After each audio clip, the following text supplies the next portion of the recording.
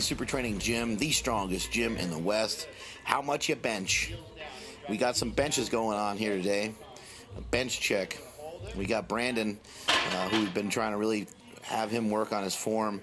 He gets a little cockamamie with his technique. His hips like to shoot up a little bit, and he throws those elbows out a little bit too much. And we're trying to keep him in a good path. And so I had to have him reduce the weight on this day. He worked up to like 365, I want to say, which isn't a bad bench, especially coming in off the street. And here's Bill with a good strong press with 455. But it's always important you go back and work on that technique. Here I am doing a rest pause set. Here's 455. Made by Phil Heath, tank top, by the way. Phil Heath, Mr. Olympia. Not sure if you ever heard of him. Here I'm going down to 425, so rested 30 seconds. Dropped the weight about 30 pounds. Did some more reps. And then in the last set, I keep that same weight and get in more reps. So I did 3, and I think 3 here. I'm really trying not to miss any reps, trying to get through the whole thing without killing myself too bad.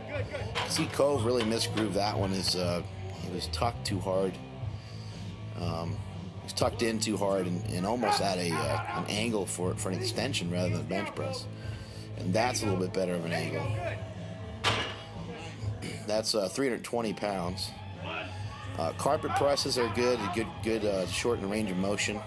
Here's Damon. Damon's always got a strong raw bench, especially for his body weight. The guy's only about 200 pounds, 210 pounds. There's Bill missing 475. Some of that comes down to technique. You saw the elbows unravel early, elbows shoot out early. Here comes my boy Juan. You can see Juan wearing those protective elbow sleeves from HowMuchYouBench.net. You can see I'm wearing them as well with the gangster wrap. And there I am moving 455. Got 3 reps there. I think we kind of just missed the first one. Good strong press there by Cove. He's learning the groove a little better. You can see how he's doing a lot better with his elbows underneath his wrist rather than before his elbow was too far inside his wrist.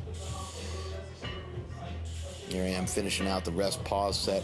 I've read Josh Bryant's. A lot of this stuff comes from Josh Bryant. I read his ebook. Look him up, Google him. It's got a lot of great information about compensatory acceleration, aka speed work, dead benches, which is basically just benching from a dead stop.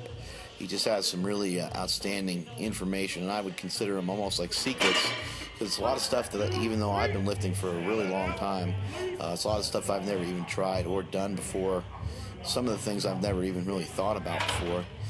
But Josh is the youngest person to ever bench press 600 pounds. I don't know if that still holds true, but when he did it, I believe he was only like 20 years old or something. He benched 600. He eventually went on to bench, I think, 622, which is, still just an unbelievable achievement in any body weight. But I want to say that he was probably only about 280, 275. Usually the guys that are benching that big are super heavyweights. I don't think he was a super heavyweight. I don't think he was ever that fat. And here's Juan getting back into his shirt as he's really determined to do well in November at the backyard meet of the Century Park Dukes. After struggling in the last 2 meets, he's looking to bench over 700 pounds. And here's Damon. He's gotten his bench shirt on this day. You can see Damon's elbows getting squeezed in a little too much, especially for how that's a pretty high board. But those of you out there who want to be better in bench shirts, you got to wear them. You know, you got to wear your bench shirt. It's not just learning. I always hear people say they need to learn their bench shirt, and I don't think that's the terminology that you're looking for. It's not really just learning it. It's handling that overload that is actually the most crucial part of the whole thing. There's no other way to really mimic it. I mean, you could throw on a slingshot, and some guys, a slingshot does nearly what a bench shirt does for a few people out there, but for the majority of us, you get a lot more from a bench shirt, and the only way to mimic it is to be in it.